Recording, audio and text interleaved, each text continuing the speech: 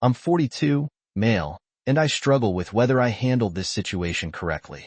My fiancée, 35, female, and I have been together for a couple of years and have been living together since early last year. We got engaged in March. I have a teenage daughter from my previous marriage and maintain a good relationship with my ex-wife.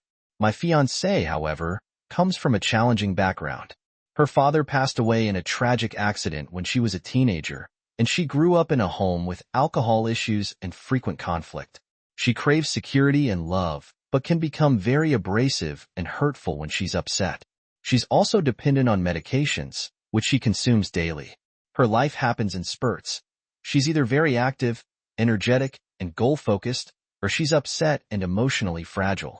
Or she spends large amounts of time, days on end, disengaged from life, in bed playing computer games, often neglecting self-care.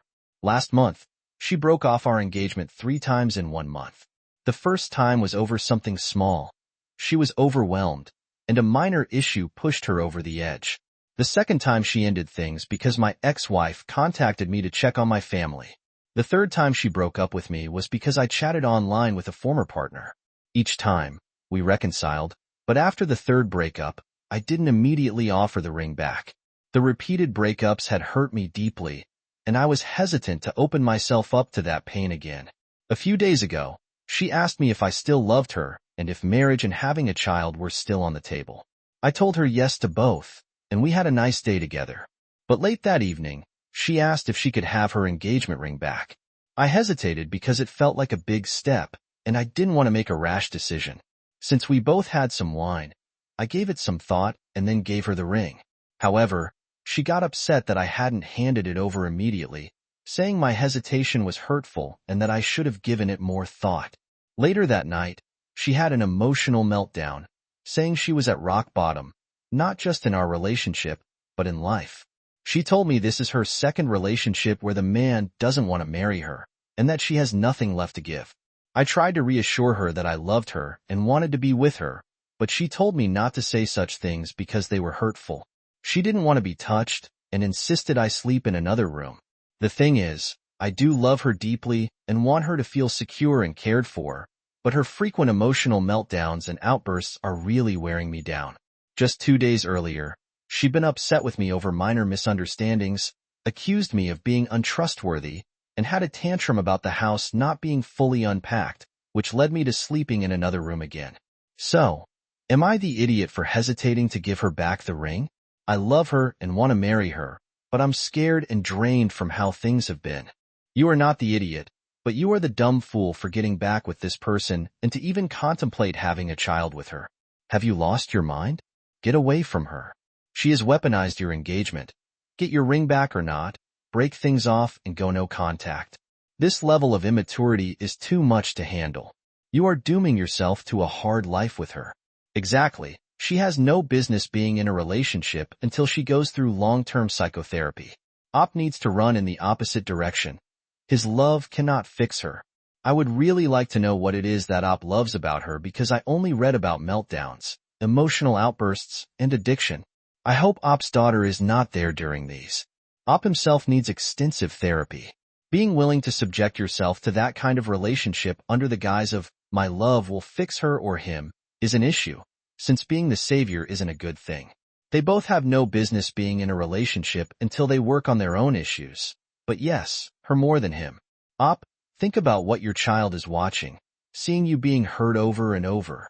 The daughter is learning either how to do this to her partner to get what she wants, or that she needs to be a doormat to be loved. Do better for her. I 49 female have 2 kids, Mia 22 female and Ben 19 male. Mia has been dating her boyfriend, Jake, a 23-year-old male, for about a year. I've met Jake a few times, and while he's polite on the surface, I find him a bit abrasive. Jake is vegan and extremely vocal about his food choices. At nearly every family gathering, he's made pointy comments about our meals, questioning why we eat meat or buy non-organic produce. At first, I brushed it off as youthful enthusiasm, but over time, it started to grate on me. The last time Jake came over for dinner, I made a pasta dish with a side salad to accommodate his dietary preferences. Despite this effort, he still criticized the meal, asking why I didn't use real Parmesan cheese since authentic Parmesan isn't vegan. When I offered him dessert, an apple pie I baked from scratch, he declined and said he doesn't eat sugar because it's toxic. He didn't just decline, though. He launched into a 5-minute lecture about how processed foods are ruining society. The rest of the family was visibly uncomfortable, and I had to steer the conversation away to keep the peace. Thanksgiving is a huge deal in our family. We host it every year, and I spend weeks planning the menu. It's all the traditional stuff: turkey, mashed potatoes, stuffing, green bean casserole, pumpkin pie. I take great pride in the meal and love how it brings everyone together. This year, we're hosting about 15 people, including my parents, my sister's family, and a few close friends. A couple of weeks ago, Mia asked if Jake could come. I hesitated, remembering his previous behavior. I told her I wasn't sure it was a good idea. She promised he'd be on his best behavior and wouldn't make any comments about the food. I still felt uneasy. I know she loves him, but I don't think she fully grasps how uncomfortable his attitude has made the rest of us. After thinking about it for a few days, I told her no. I explained that Thanksgiving is stressful enough without worrying about Jake criticizing the meal or making anyone feel judged. I wanted this day to be about family tradition and enjoyment, not navigating dietary debates or awkward tension. Mia was furious. She accused me of being unfair and disrespectful, saying that Jake is an important part of her life and should be treated as such. She argued that I was making assumptions about his behavior without giving him a chance to prove he could behave. I tried to explain that it's not personal. I just want to avoid conflict, but Mia wouldn't hear it. She said I was being rigid and controlling, and now she's threatening not to come at all if Jake isn't welcome. Ben, my 19-year-old son, thinks I'm overreacting and that I should just let Jake come. My husband is caught in the middle. He understands my frustration with Jake, but thinks banning him outright might have been too harsh. Now, I'm second-guessing myself. I don't dislike Jake, but his behavior puts me in a difficult position. I don't want to ruin Thanksgiving, but I also don't think it's fair to prioritize Jake's feelings over the comfort of the rest of the family. Mia thinks I'm being unreasonable. Ben thinks I'm being too strict, and my husband just wants everyone to get along. At this point, I'm starting to wonder if I'm being inflexible or if I have a right to set boundaries in my home. Am I the idiot? Yeah, Mia is complaining on behalf of Jake. She can cook then. Ben thinks that you're overreacting? Good. He can help his sister with cooking and cleaning. Those who do not cook have no say in the kitchen. Push back if they complain one single bit. Not the idiot. I hate people who complain about food, especially when they don't even do the cooking. I have a better idea. Let him come when he's brutally honest. You be brutally honest in return. Tell him how rude he is. Tell him he doesn't have to come. Tell him how uncomfortable he makes people with his sanctimonious lecturing. Tell him how he's ruined every meal you've invited him to, and how his behavior is appalling. We're all being honest and unfiltered now. Ah, this is gold. Mia, darling, you insisted Jake come to dinner. Now, please ensure he behaves, or you'll both be sent for a timeout, and do it in front of him too. Then, turn your eyes to make direct eye contact with Jake as you walk away. I say this as a very strict vegan. You are not the idiot, he's a lousy guest. I, a 36-year-old female, and my husband, a 42-year-old male, go away for 2 weeks every November to my parents' villa in Tenerife. We usually go with 4 of his friends, and this has been happening every year for the past 5 years with my husband and his friends. But I've gone there every year since I was 18, in November, as a last bit of heat and to top up my tan before winter hits. Whenever I go on holiday, I sunbathe topless, which is no different from any time we're outside.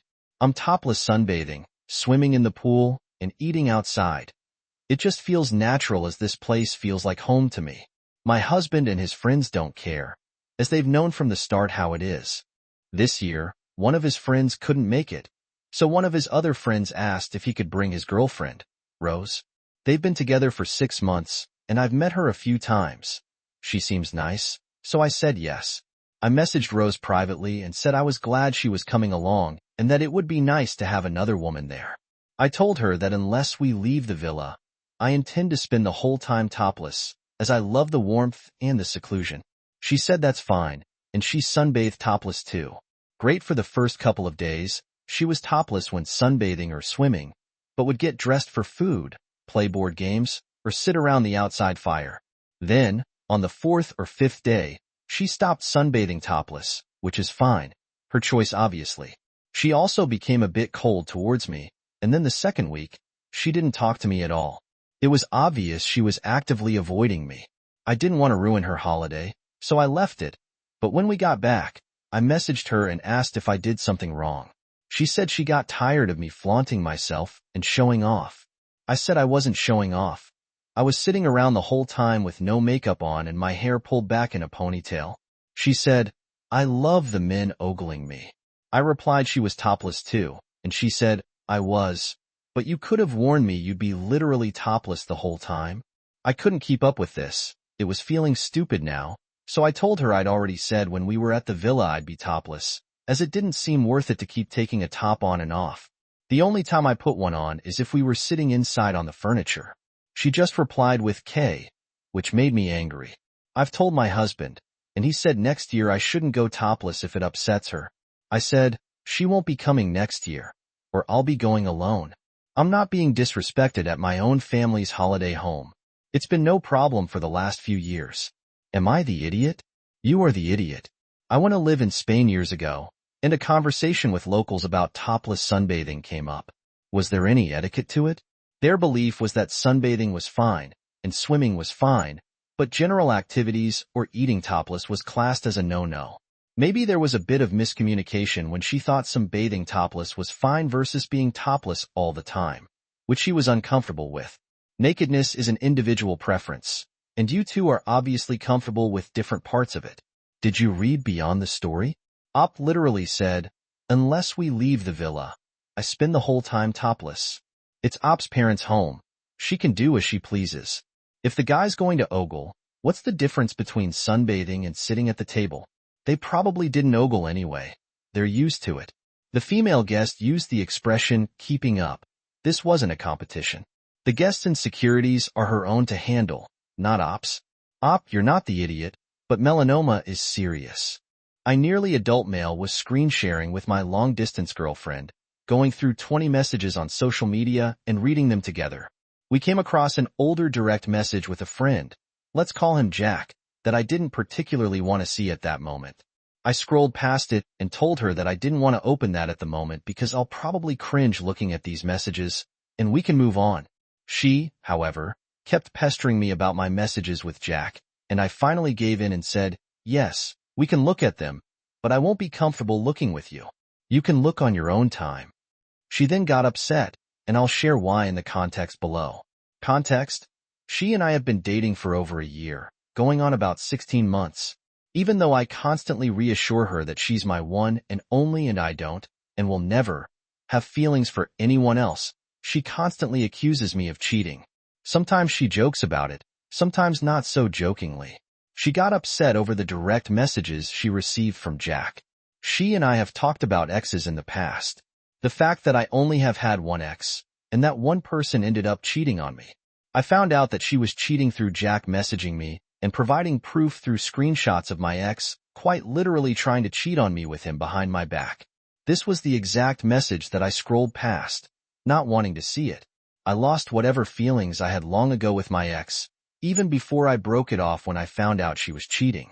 My now girlfriend, let's call her Mary, accuses me of still having feelings for her, simply because I didn't want to open the messages with Jack. She won't even talk to me about it. She thinks I'm lying when I say I haven't even thought about my ex in months, if not years, and won't listen to anything I'm saying. Mary said that because I didn't want to open the message, I still had feelings for the girl. She's still upset at me while I write this, and I don't know what to do. Am I the idiot for hiding a message from my girlfriend that I cringe to look at? Wait, why were you screen sharing and reading your private messages to your girlfriend in the first place? Having access to one another's phones is one thing, but using it against one another is something totally different. My husband and I have access to each other's phones, not to search each other's personal messages. There needs to be trust, and there is none here. You are the idiot yourself, as someone who is in a long-distance relationship. I can tell this isn't going to work. I'm sorry, but if you can't be trusted by your older girlfriend to the point that she's going through your messages on screen share, she's never going to stop accusing you of cheating.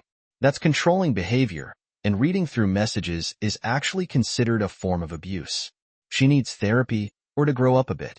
LOL, very on brand for 18-year-olds to think going through your direct messages together is the pinnacle of honesty and open communication. You might as well get a joint Facebook account while you're at it.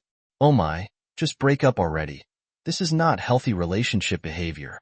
I, 34, female, have 2 children, a tween and a toddler, whose birthdays are 1 month apart. Exactly when my toddler's birthday passed, I didn't hear anything from my sister, 50, female. I didn't think much of it because we aren't terribly close and have a history of a high-conflict relationship. When my elder's birthday passed, they received a text message from their aunt wishing them a happy birthday, which was so nice for them. My eldest's birthday was about a month ago, and this week, a birthday gift from their aunt was dropped off for them. They loved the gift and were sure to text a thank you to their aunt. But later, they seemed to be a bit down. When I asked them if everything was all right, they asked me why their sibling didn't get anything for their birthday. Not wanting to tarnish my child's perception of their aunt, I said that she's a busy lady and I don't think she knows the exact date of her sister's birthday, and it was just an oversight. Today, I messaged my sister recently sent me a message to let her know how much her niece loved her present. She also reminded me of the date of my youngest's birthday for next year. Her reply honestly shocked me a bit. She said she knew and mentioned some offhanded similarity between another family member's birthday. Knowing she knew and intentionally ignored my youngest on her birthday was a bit upsetting. I remembered a distant visit with my sister and her saying, "I'll start buying her presents when she likes me," but I thought it was just a joke and brushed it off. I realize now that my toddler is not a big people person, which is what some may consider rude, as she will actively bury herself in my lap to avoid anyone trying to talk to her or prod at her. I don't force her to interact, but encourage her to be polite, and she'll generally warm up fairly quickly. That being said, we rarely see this aunt, so there have been few opportunities to build a relationship with the toddler. In my next message, I asked her to refrain from buying my elders presents in the future. I suggested that just a happy birthday was more than enough, and made the girls feel acknowledged and special. If she didn't want to buy something for my youngest, it's not fair to the little one, and it made my eldest feel guilty for receiving something from a family member when she noticed that her sister had not. From my sister's response, I take it she's not too pleased with me. I don't want to presume to tell her how to spend her money, but I don't want my children to have hurt feelings in the future. I also don't feel like lying to my eldest about why her sister didn't get a gift, just to preserve her image of her aunt. If she doesn't want to treat my kids equally, am I the idiot? Not the idiot. You have every right to accept or not accept a gift for your children, and it's normal that you ask your sister to buy gifts for both or none, because it's unfair for your children.